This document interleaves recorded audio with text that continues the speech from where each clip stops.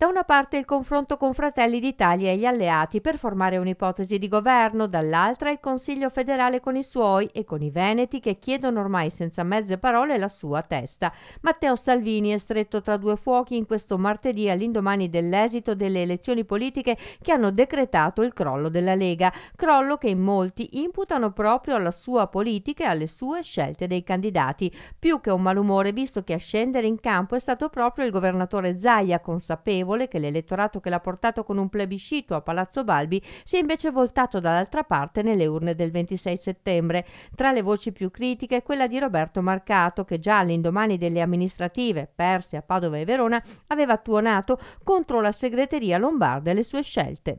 Ma allora, intanto è un risultato che va oltre ogni più nera previsione, perché francamente vedere in Veneto che i Fratelli d'Italia ci doppiano e che ci supera anche il Partito Democratico, due partiti centralisti romano-centrici in una terra che ha fatto del federalismo il suo vessillo da decenni, è davvero un dramma. Che noi non siamo stati in grado di interpretare il territorio, appunto, che è la nostra matrice culturale da sempre.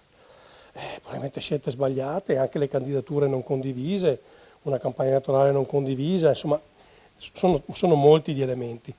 Poi credo che il tema dell'autonomia abbia pesato davvero tantissimo. Qualcuno immaginava che bastava andare dai veneti gli ultimi 10 giorni di campagna elettorale e mettere in tutti i social autonomia e questo bastasse per risollevare le sorti. Evidentemente i veneti non sono sciocchi e il voto è stato chiarissimo. Che cos'è oggi la Lega? È la Lega di Salvini o cosa? Oggi la Lega ha un segretario che si chiama Salvini, il problema è l'identità della Lega. Noi dobbiamo riaffermare in maniera chiara e netta che cos'è la Lega. È un partito di territorio, un partito che fa del federalismo, dell'autonomia, dell'aiuto alle partite IVA, dell'artigiano, della famiglia, della sicurezza, delle tradizioni, il proprio ambito di intervento. Ecco, noi siamo questa cosa qua. Dobbiamo ritornare ad essere un po' più identificabili.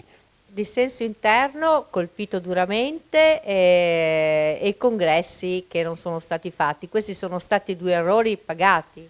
Enormi.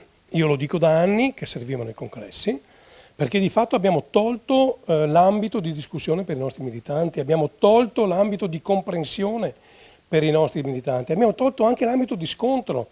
È quello che abbiamo visto poi che ci sono state polemiche sui giornali, perché non c'è di fatto un luogo dedicato a questo. Salvini deve rimanere al suo posto, è un voto contro la sua politica o è un voto contro l'area più governativa?